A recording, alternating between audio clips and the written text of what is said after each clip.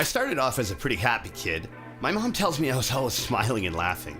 Things took a turn for the worse when I moved to Scarborough. Racism and bullying was a daily thing. Why are kids so mean? I just wanted to be liked. His hair didn't help. I discovered fashion at a young age and learned if I look good, people will like me. I'd be accepted. High school got boring real quick. I'd do anything for attention. And that got me kicked out of 1, 2, 3 high schools. At 17, I was officially a dropout. I threw myself into the gym, determined to transform my body. And with this new body, I made the most of it. I discovered nightlife and knew that I had found my calling. Go-go dancing seemed like a job I could handle. Dancing led to bartending, then I moved to Miami. Living in Miami was like an undergrad in Lifestyle 101. I worked and learned from the best. Moved back to Toronto in 1999 and threw my first party. It was legendary. One party led to 2, which led to more and more. I was crushing it, and now everyone liked me. I was the man. Promoting was fun, but I needed more. I had to prove that I was the best. In 2003, I opened Blowfish, and people called it Toronto's coolest restaurant. Then I opened Century Room and kicked off King Street West. Year after year, we opened more new places. Hammam Spa, Atelier, and then I created the club I dreamed of, Maison Mercer. Success felt good, and I was on top of the world. I've been to over 60 countries and lived a f***ing awesome lifestyle. I've been to the craziest parties, the best festivals, and have epic stories to tell. And that looking good thing, that's definitely helped with the ladies. I'm a very lucky guy and I've lived an incredible life. Fancy cars, famous friends, beautiful women, exotic trips. My life has been an absolute dream. I was having so much fun living like a celebrity, spending like a trust fund millionaire, and then I woke up at 40, single and lonely, stuck in nightlife, and broke. And that's when this story gets interesting.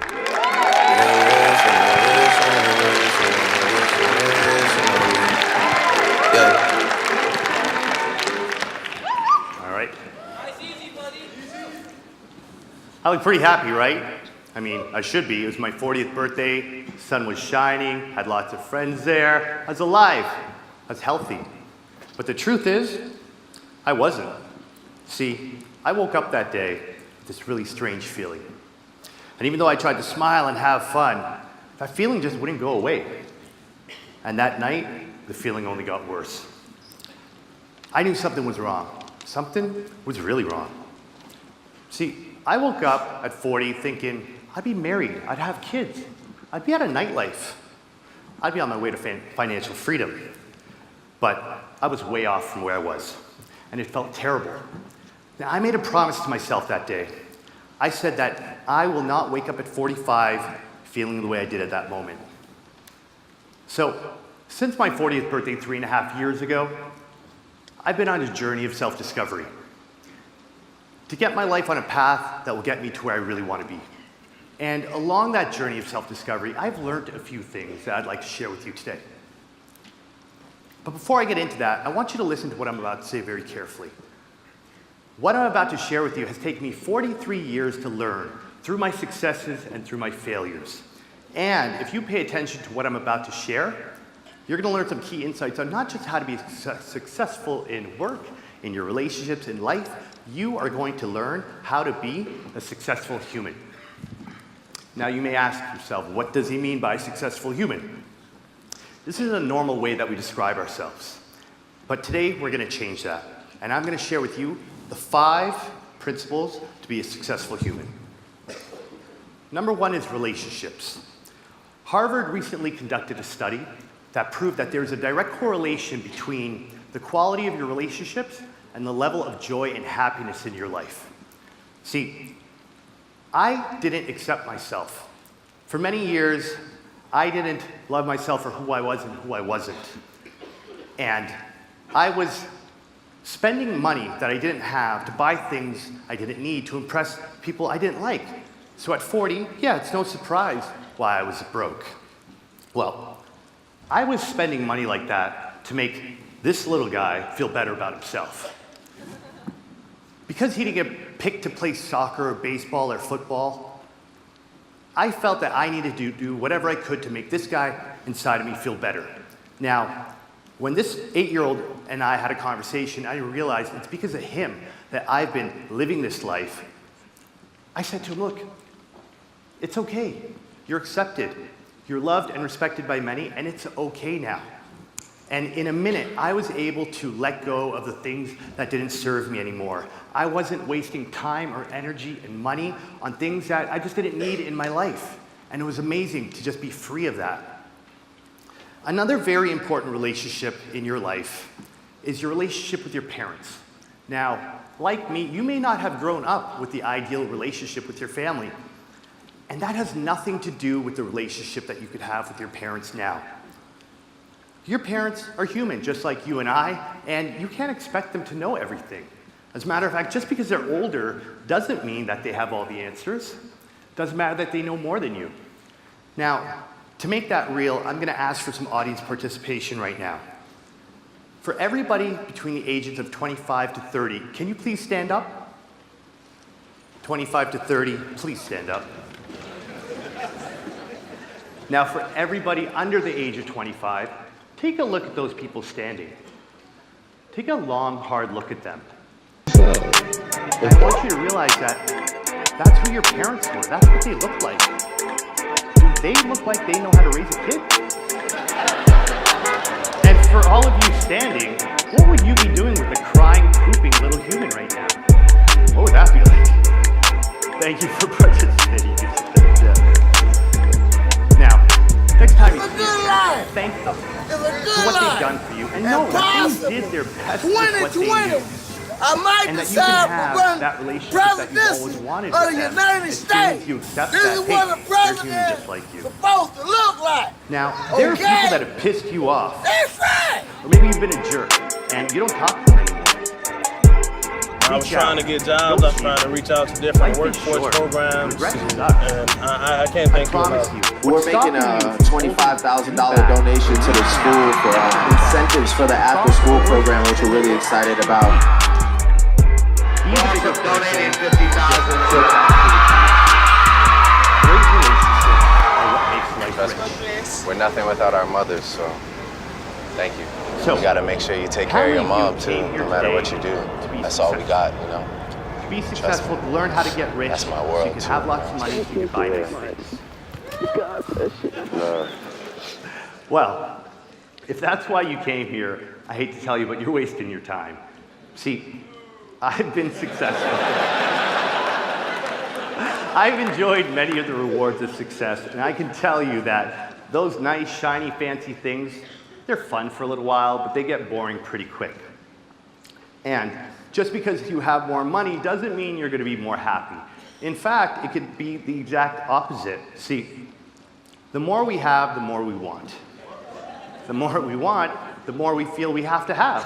And that pressure, that constant chase, leads to sickness, depression, and anxiety. And Biggie Smalls said it best: more money, more problems. Yeah. We live in a day and age where we look at people's highlight reel on Instagram, that top 1% of their life, and we compare it to our behind-the-scenes reality, and we think our life sucks. And we think we need to keep up and that everybody's living this awesome life. And in trying to keep up, our priorities get completely screwed up. Now, I'm not telling you not to hustle, not to grind, not to crush it, but just think about what you're sacrificing along the way. Because regardless of how much money you have, you can never buy back your time or your health. So how much is enough? What is enough? What is the difference? Where is the line between what you need and what you want? I invite you to try this. The next time you're stressing out to buy something, ask yourself, do I really need this? And how long will it make me happy for? If you invest your time, energy, and money into things that bring you long-term happiness, I promise you, your quality of life will naturally increase and you'll have more than enough of what you truly need. Health. If there is one thing you take away from today's talk, health is the best investment you could make for your life. I know 30, 40 years from now is a long time away, but imagine what your life will be like then. You're going to have so much going on and so much to live for. You're going to want to enjoy every moment of your life to the absolute fullest. You're young and healthy now. Eat well, train, adapt to a healthy lifestyle. The rewards that will bring you later in life, you'll be so grateful that you started now. Now, working out and being healthy can actually teach you how to make more money. I got to admit that I started working out when I was 18 because I was this scrawny little guy. Now, I just want to be buff and ripped, and I just want to pick up girls, really. And what I didn't know was working out was actually going to teach me how to be successful at business. See, when I dropped out of high school, I was determined to change my body. Day after day, week after week, I was in the gym when no one was asking me to, no one was counting my reps because I wanted to change my life. And 6 months later, I looked in the mirror and it had happened. My body had changed and my confidence had changed. And I used that principle of determination, commitment, and focus that I learned in the gym, but I apply that to my businesses, I apply that to my career, and into everything I do. And that's what I got from the gym, from just putting the work in every day when nobody was asking me to. Now this is the result of 25 years of hard work. In 2016, I competed at the Canadian Nationals and placed third in my category at the age of 42.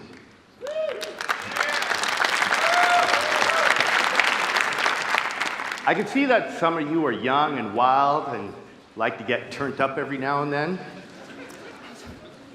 Please stay that way, because I got bad news for you. We get boring as we get older. I've seen it happen to many, many of my friends. Keep having fun and keep exploring. I know many of you have probably seen this meme before, and it is absolutely true. Keep pushing your boundaries and step outside of your comfort zone. Now, I'm going to share a story with you of what I experienced when I stepped out of my comfort zone and tried something new. We all have that annoying friend, always taking photos of their food, of their dog, of their outfit of the day. Well, I'm that annoying friend.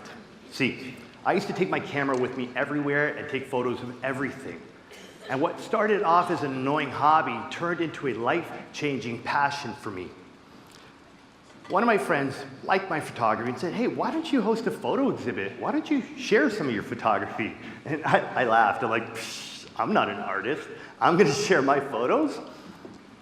And if someone had told me 10 years ago that I would be a published photographer and I would be hosting photo exhibits, I'd say you definitely had the wrong guy. See, I discovered photography at the age of 35, and it has completely changed the way I see the world, the way I travel, and it's even allowed me to change the lives of children in different countries. The fact that I can take a photo and I can share that with my friends and raise money and use that money to benefit kids in other countries makes me feel so proud and purposeful. Now, I believe that each one of you, each one of us, we have a special skill. We have a secret talent just waiting to be discovered. And I invite you, step out of your comfort zone. Pursue that passion that you're interested in and just dive in both feet first. I promise you will learn something new about yourself and life will become even more rewarding. Contribution. I saved the most important for last. I am of the belief that if you have the time, if you have the money, or if you're healthy and able, it is our moral obligation to contribute to those in need. Of all the projects, of all the projects I've been a part of, all the companies I've started, nothing has made me feel more proud than the work that I've done with Artbound. Artbound is a non-for-profit that we founded in 2011. And today we've raised over $1 million and we've built schools in Kenya, India, Nicaragua, and Haiti. And I can tell you, it has been the most unbelievable experience. Now, contribution isn't something you need to be rich to do. It's not something that actually even requires money. Sometimes it just requires your time and energy. And that could look like volunteering at a homeless shelter. It could be spending time with elderly, just keeping them company. And it could even be just calling in to check on your friends or stopping to ask a stranger, hey, how are you? How are you doing? What's really going on? See, because sometimes people, they just want to be heard. They just want to say what's going on and know that someone cares. And even a small contribution like that can make a huge impact. And you'll be amazed at the conversations you can have and the difference you can make in people's lives. It's truly a magical feeling to make a difference in a stranger's life. Even if you're never going to see them again, that feeling lasts forever and your life will never be the same. Now, I don't have to tell you that we're living in really crazy times. And even though we have more information, technology, resources, and money, there's still a lot of crazy shit happening on our planet. And that is why we need you to not just think about how to be successful, but how to be a successful human. We need the best version of you to help us get our planet back on track so we can live in a world that works for everybody. Now, you may think I'm crazy when I say this, but I do believe that together we can make some great things happen. And if we all focus on loving ourselves, being healthy, having great relationships, contribution, and exploring, we can live in a world and create something that works for everyone.